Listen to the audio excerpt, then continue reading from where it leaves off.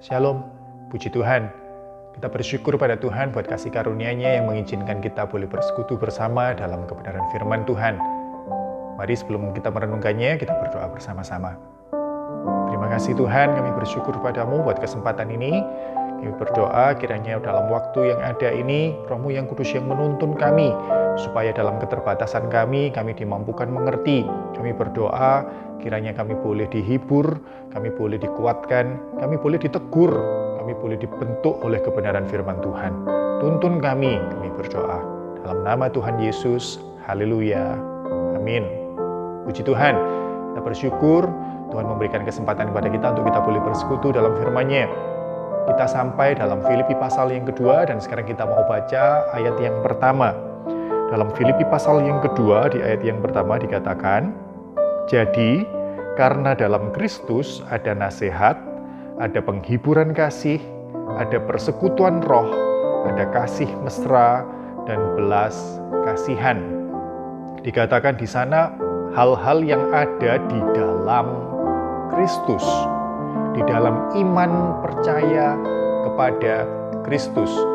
Dalam ayat-ayat sebelumnya di Filipi pasal yang pertama kita sudah belajar bersama bahwa di dalam iman percaya itu, di sana Paulus penulis surat kepada jemaat di Filipi berkata bahwa di sana dalam iman percayanya dia menemukan kepastian, dia menemukan jaminan keselamatan, dan di sana kematian tidak lagi menakutkan, bahkan menjadi sesuatu yang menguntungkan.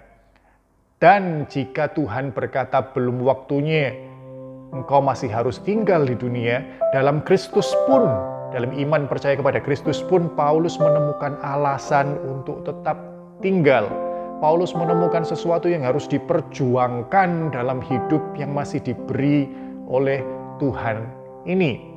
Dan dalam pasal 2 mulai ayat yang pertama ini, Paulus akan membicarakan lebih detail.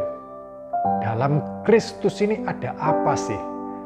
Ada apa yang membuat kuasa yang begitu nyata dalam kehidupan yang diteladankan oleh Paulus kepada jemaat dan juga kepada kita? Ada apa yang membuat Paulus begitu bersuka cita? Ada apa yang membuat Paulus begitu kuat menghadapi semua hal-hal, bukan hal-hal yang ringan, tapi hal-hal yang berat secara daging manusia, tapi di sana dia kuat di dalam iman percayanya. Apa yang dijumpai Paulus di dalam Kristus? Dalam pasal 2 ayat yang pertama dikatakan dalam Kristus di sana ada nasihat. Kalau dalam bahasa Inggris dikatakan encouragement. Kalau kita cari arti kata encouragement di sana kita temukan suatu motivasi, suatu dorongan, memberi semangat, sesuatu yang membuat kita bergairah dalam melakukan sesuatu. Di sini Paulus sedang berbagi kepada jemaat di Filipi dan kepada kita bahwa di dalam Kristus, di dalam kelahiran Kristus, di dalam pengajaran, pekerjaan yang dilakukan Kristus, kematian, kebangkitan Kristus, di dalam Kristus, dia temukan sesuatu yang menggelorakan jiwanya untuk dia melayani Tuhan. Paulus berbicara tentang sumber kekuatannya. Paulus bicara tentang motivasinya dalam melakukan segala sesuatunya. Di dalam Kristus, dia yang sebelumnya tanpa arah tujuan yang jelas, sekarang mempunyai tujuan, mempunyai arah, dan ada sesuatu yang menggerakkannya untuk dia berjalan dan tidak menjadi lelah, mencapai tujuan yang sudah ditetapkan oleh Tuhan. Di dalam Kristus ada motivasi, ada semangat, ada gairah. Dan yang kedua, dikatakan di sana, Paulus menemukan apa dalam Kristus? Ada penghiburan kasih. Dalam semangat yang menggelora untuk melayani Tuhan, ternyata tidak semua merespon perbuatan kita, tindakan kita dengan hal-hal yang baik. Ada orang-orang yang merespon kebaikan kita, ketulusan kita dalam mengabarkan Injil Tuhan dengan sesuatu yang jahat, dengan sesuatu yang membuat kita merasa terluka. Dan di dalam sakit hatinya, Paulus berkata bahwa di dalam Kristus dia menemukan obatnya. Di dalam Kristus dia menemukan penghiburan kasih bagi jiwanya. Dan penghiburan ini penghiburan yang nyata. Sebab penghiburan ini berasal dari seseorang yang merasakan apa yang kita rasakan. Kristus adalah benar-benar Allah Dan juga Kristus adalah benar-benar manusia. Dalam kemanusiaannya ketika dia menanggalkan atribut kealahannya di sana, dia merasakan apa yang daging manusia ini bisa rasakan. Sakit, derita baik secara fisik tubuhnya, atau maupun sakit yang ada di dalam perasaannya, di dalam hatinya. Rasa kecewa ketika dicemooh, ketika dikhianati, itu perasaan yang dia rasakan. Dan apa yang dia rasakan bahkan jauh lebih berat dari apa yang kita bisa rasakan sebagai manusia.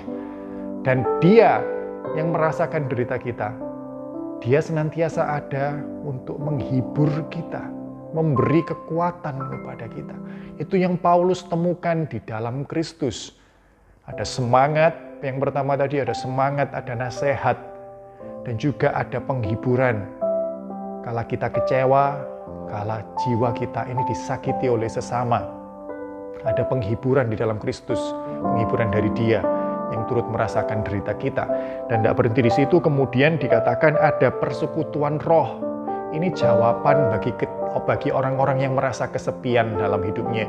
Kita bersemangat, kita terluka dan kita dihiburkan. Dan mungkin ada kalanya kita merasa, kok tidak ada yang dukung aku? Kenapa aku merasa sendirian dalam perjuangan ini? Di dalam Kristus, Paulus menemukan bahwa dia tidak pernah sendirian. Bahwa ada persekutuan roh. Bahwa walau Kristus ada di tatah Allah Bapa, di kanan tatah Allah Bapa, dan kita masih hidup di dunia, tapi dalam Roh Kudusnya kita beroleh persekutuan dengan sorga. Di sana kita menemukan kasih setia Tuhan, bahwa Dia tidak pernah meninggalkan kita. Bahwa kita tidak pernah sendirian dalam menjalani ini semua. Dan kemudian dilanjutkan juga poin yang keempat. Ada poin yang keempat dan yang kelima, ada kasih mesra dan ada belas kasihan. Paulus menemukan hubungan kasih mesra, kedekatan, keintiman dengan Tuhan melalui Kristus. Sebab tanpa Kristus tidak bisa manusia dalam segala dosa dan kebobrokannya bisa menjalin hubungan yang intim, yang dekat dengan Bapa surga yang kudus dan sempurna. Dan di dalam Kristus kita dimungkinkan untuk dekat. Kita dimungkinkan untuk memiliki hubungan kasih mesra dan merasakan limpahan belas kasihan Tuhan. Kekristenan bukan sekedar hafalan, bukan sekedar tradisi, bukan sekedar menuruti apa ajaran-ajaran tanpa memaknai. Tapi kekristenan bicara tentang hubungan antara kita dengan Tuhan, di mana kasih Tuhan itu nyata di sana, di mana belas kasihan untuk kita yang tidak layak ini nyata di situ. Di sana, di dalam Kristus, Paulus menemukan itu semua. Dan di sana Paulus menemukan kekuatan untuk menjalani hidupnya. Dan di sana Paulus menghapuskan segala ketakutan akan kematian jiwanya. Bagaimana dengan kita? Apa yang kita temukan di dalam Kristus? Dalam bertahun-tahun kita menyebut diri sebagai pengikutnya. Sudahkah kita temukan apa yang Paulus temukan di dalam Tuhan? Jika belum, yang salah bukan Tuhan. Tuhan yang Paulus sembah, Tuhan yang Paulus percaya, Kristus yang Paulus percaya, Kristus yang sama yang dinyatakan Alkitab kepada kita. Mungkin kalau kita tidak mendapati apa yang Paulus dapati di dalam Kristus, mungkin kita mencari hal-hal yang salah. Apa yang kita cari dalam kitab, dalam perjalanan kita mengikut Tuhan.